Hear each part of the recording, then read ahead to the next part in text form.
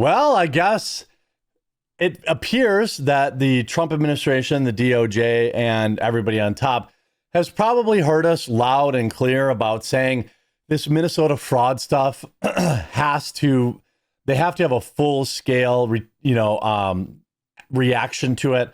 People need to go to prison. People need to be fired from their jobs. And as of right now, they are currently, even with everything going on with ICE, they are going building to building. I've got video of that for you, raiding these Somali, rip-off, these Somali scammers. And Tim Walz has been officially referred to the DOJ for criminal charges of being knowingly complicit in the Somali fraud scandal, as well as retaliating against whistleblowers. Hey, I get being a nothing ever happenser. I was too, and I still probably am. But this, you gotta, this is a start, right? Root this stuff out at its core. Let's look at a couple of these videos. First, let's go to the Department of Justice referral, including Attorney General Keith Ellison, by the way. Chair recognizes Ms. Luna. Thank you, Chairman Comer. Honorable Robbins, based on your record before your committee, when did Governor Walz first become aware of widespread fraud in Minnesota social service programs? I would. What a lot of people don't know about these proceedings is that the way you get Tim Walz is not because there's ineptitude or people didn't look over stuff properly. It's the whistleblower retaliation. There were whistleblowers inside the government that were a year or two ago were telling Tim Walz's department about this stuff. And so that's where the criminal stuff comes in. Assume that he has been aware of it since he ran for office for governor in 2018. Oof. By 2017, DHS investigators warned CCAP fraud could exceed 50%. What was that information elevated to the governor's office? Yes, there was an OLA report. Thank you, ma'am. By 2020, state officials knew feeding our future invoices were fraudulent. We know that payments continued to the AG's knowledge. Did they continue to the governor's knowledge as well? Yes. Attorney General Ellison agreed on tape to fight Minnesota's own Department of Human and Health Services in exchange for Somali political and financial support. Correct. In your personal opinion, do you believe it is a possibility that Governor Walz also made that personal deal, or that he at least knew about the Attorney General's agreement? I don't know. Okay. I think the Attorney General is going to be the one that probably goes down here, but we'll see here. Let her continue. I've got more information from these whistleblowers too. I don't want to rehash what you guys have spent hours answering. We know that there's a big issue with the fraud in Minnesota. So on a number of things, I'd first like to point out, thank you for being here today, but because of your testimony and because of some of the evidence that we've seen brought forward, as well as I'm sure the fact that this committee, I assume, at Chairman Comer's direction, will be soon subpoenaing AG Ellison. Yep. I would like to make criminal referrals regarding Governor Walz as well as AG Ellison. Oops. As you know, U.S. Code 371 and U.S. Code 2, which deals with criminalized conspiracies to defraud the United States and establishes liability for individuals who knowingly aid or abet the commission of federal offense, includes willful blindness or deliberate inaction where duties to act. That's the part. It's the deliberate inaction. That's the criminal part. Exists. So I will be referring them later on today. Also, here's a fraud whistleblower talking about how Tim Walz's government retaliated against them. Ms. Rarick, you spoke about the retaliation that many have experienced in light of trying to expose the fraud and the corruption happening in Minnesota. Can you speak more to that and what people are experiencing when they try to sound the alarm on what's happening? Right. So that retaliation's been going on for quite some time. If you look at what Faye Bernstein said in a news report or Newsweek article back in 2019, it started for her, and she was heavily investigated. She was actually moved to a different state agency. She was, wow. Retaliated against in every kind of way you can think. What's happened now is retaliation has escalated, and now it's you're going to lose your job, you're going to lose your home, we're going to track your children, we're going to make sure that you can't get a job anywhere else in state government. And for Minnesota, that means probably Minneapolis, St. Paul, Hennepin County, Ramsey County, Duluth, Rochester. I mean, this is whistleblowers have protections. You can't retaliate against them. This is pretty pretty simple, but Tim Walz, apparently in his department, thought that they could get away with it. Sir, you can't get a job anywhere that Democrats control. That's pretty terrifying. Do you think that's going to prevent people from continuing to speak out on the issue? Yes. Well, we are really hoping that with all of this light on it and, telling people that this is the retaliation, that if something like that does come to fruition, right now it's threats, although some people have been fired, that they have a little bit more ability to speak up and speak to us. And that Not good. The Minnesota governor says he's, obviously this is after yesterday, he said he's preparing his National Guard to go to war with the federal government, the ICE agents. Not good. Not received well by the government. By the way, here is Chairwoman Lisa McClain also talking about Tim Walz. Democrats took money from our kids. Democrats took money from your kids, the kids who need it most, dumped it into fraudulent daycare facilities, and turned the other way when this abuse was reported. This has been their pattern, so this really shouldn't surprise anybody. But what's happening there is absolutely disgusting. Tim Walz can announce that he won't run again for governor, fine. Yeah. but he will still be held accountable by House Republicans. And that's exactly what we're doing this week. I think they got the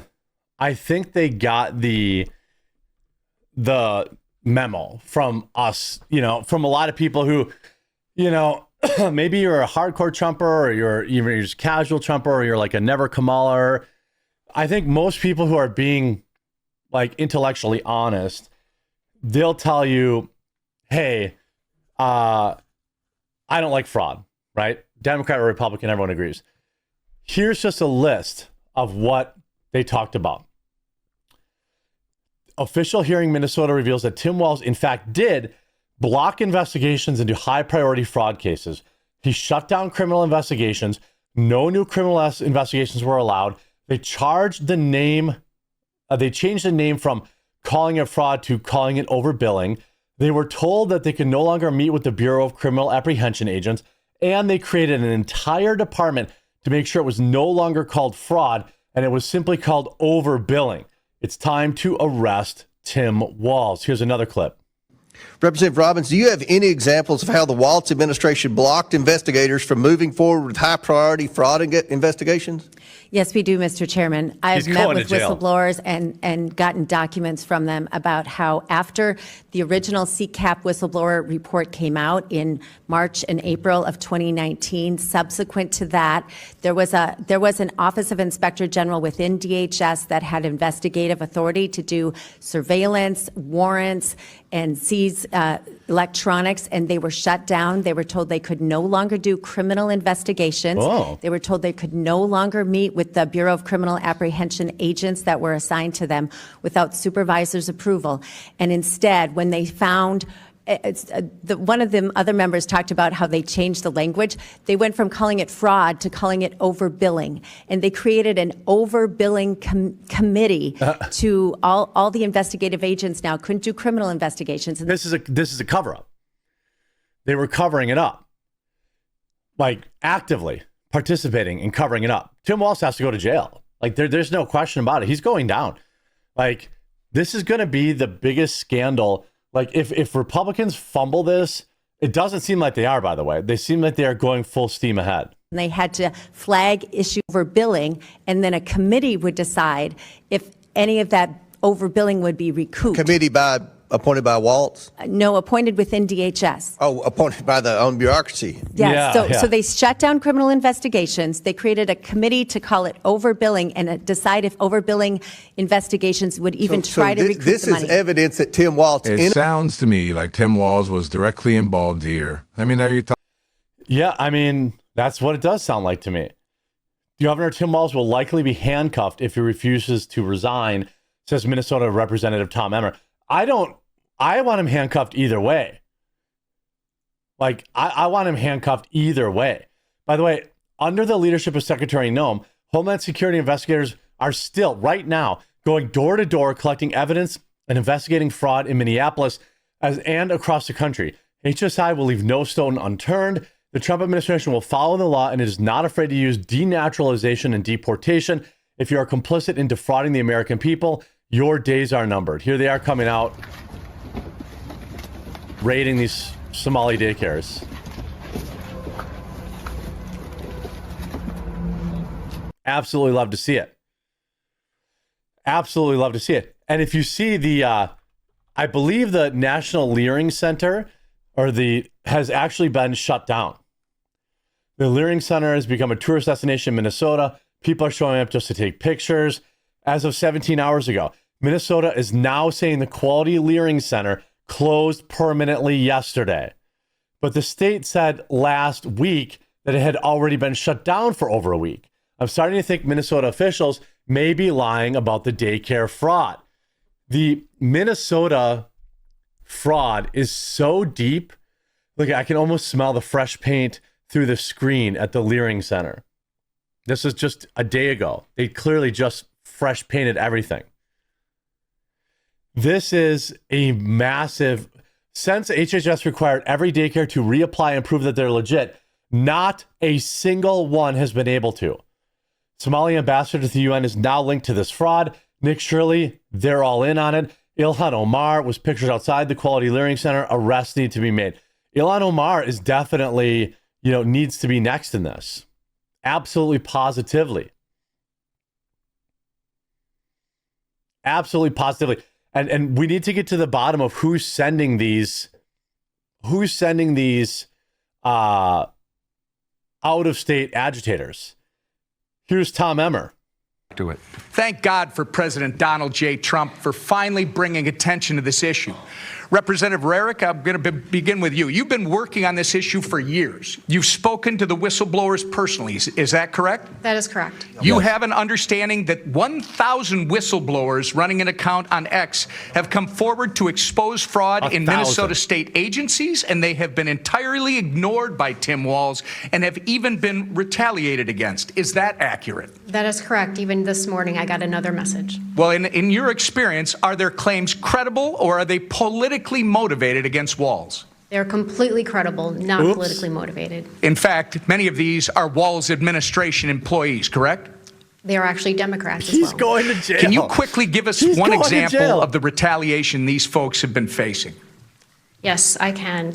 In my opening statement, I mentioned that the most severe ones was that they would be fired with cause, so they couldn't have unemployment insurance, that they would be blacklisted from all state agencies. Tim Walz is going to prison, or at least jail. Absolutely, the rot is incredible. This guy was almost the vice president. And by the way, keep it up. And, I want to see this level of scrutiny in Seattle, Ohio. Let's start with the Democrat states, probably. Seattle, California. I bet you could claw back billions of dollars while also removing these corrupt leaders. Absolutely love to see it. Hope you enjoyed this video. If you did, make sure you leave a like on it. If you haven't yet, subscribe or follow down below, and we'll talk to you again real soon.